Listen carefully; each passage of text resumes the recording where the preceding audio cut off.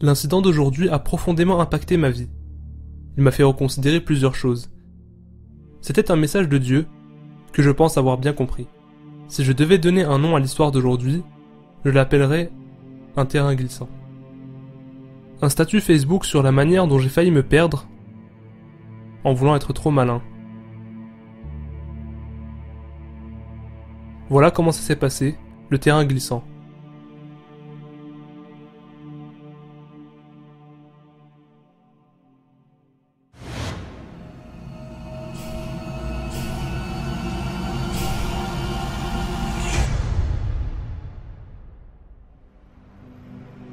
Un samedi matin, j'ai commencé ma journée en pleine forme, comme toujours.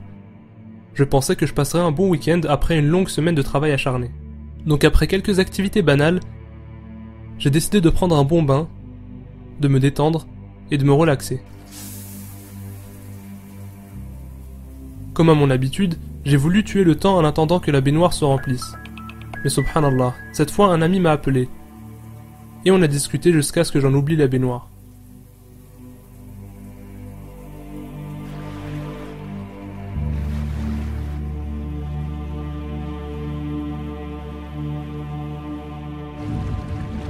Une fois le coup de fil terminé, je me suis souvenu que j'avais laissé l'eau couler et j'ai couru à la salle de bain pour finalement me rendre compte que c'était trop tard.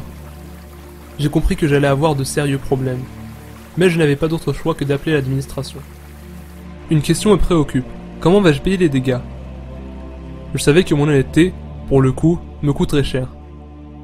Après tout, c'est moi qui ai laissé le robinet ouvert, et tout était de ma faute. Ils ne le savent pas. Peut-être qu'au lieu de leur dire que j'ai oublié de fermer le robinet, je pourrais leur dire que c'était de leur faute. Oui, voilà, c'est le robinet qui ne s'arrêtait pas de fuir. J'avais tout prévu. Je commençais à avoir en tête des idées auxquelles même le diable en personne n'aurait pas pensé. Je pensais être malin, et les mensonges créatifs commençaient à venir presque naturellement, et particulièrement sous la pression. 3, 2, 1, action.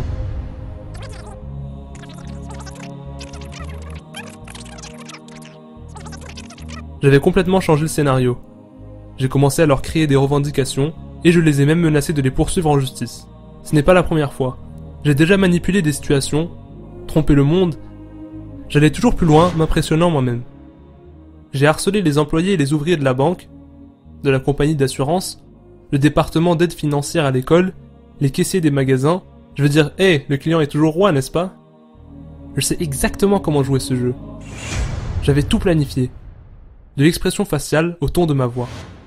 C'est parti.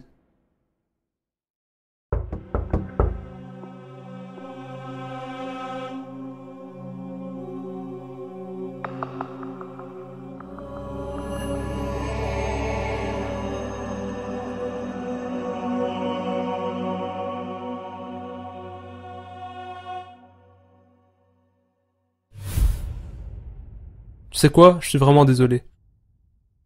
En fait, j'ai juste oublié de fermer le robinet. Et tout ce bazar, c'est de ma faute. Donc tu peux le dire à l'administration et je serai prêt à dépenser tout ce que j'ai pour réparer ça. Je ne sais pas ce qui m'est arrivé. Soudainement, tout le plan a disparu de ma tête.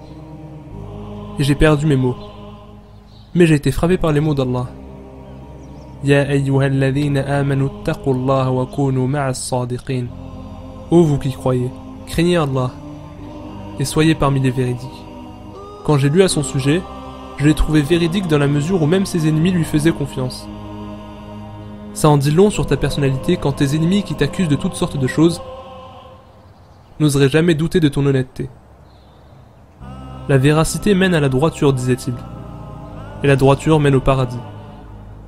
Un homme ne cessera de dire la vérité jusqu'à ce qu'il soit écrit auprès d'Allah comme quelqu'un qui a toujours été véridique. Le prophète, que la paix soit sur lui, n'était pas seulement véridique dans ses propos, mais il incarnait la véracité. À aucun moment de sa vie bénie, avant ou après la prophétie, il n'a abandonné sa loyauté. Même quand il plaisantait, aucun mensonge n'a jamais franchi ses lèvres bénies. L'ouvrier envoyé par l'administration m'a dit que le résident précédent avait déjà signalé que la salle de bain avait des problèmes d'évacuation qui n'ont jamais été résolus et que l'administration serait responsable et prendra en charge la maintenance et les dépenses. J'étais sur le point de me ridiculiser. Ils auraient su que je mentais. Et encore pire, Allah aurait su que je mentais. Le mensonge mène à la perversion, et la perversion mène à l'enfer. Et un homme ne cessera de mentir jusqu'à ce qu'il soit écrit auprès d'Allah comme un menteur. Que la paix soit sur toi, la meilleure création d'Allah. Je lutterai pour ne dire que la vérité, et l'incarner de la manière dont tu l'incarnais. Je ne laisserai plus jamais un mensonge ternir mon registre. Pourquoi mentir alors qu'aucune création ne peut te nuire sans la permission de ton Créateur? Sallallahu alayka ya Rasulallah.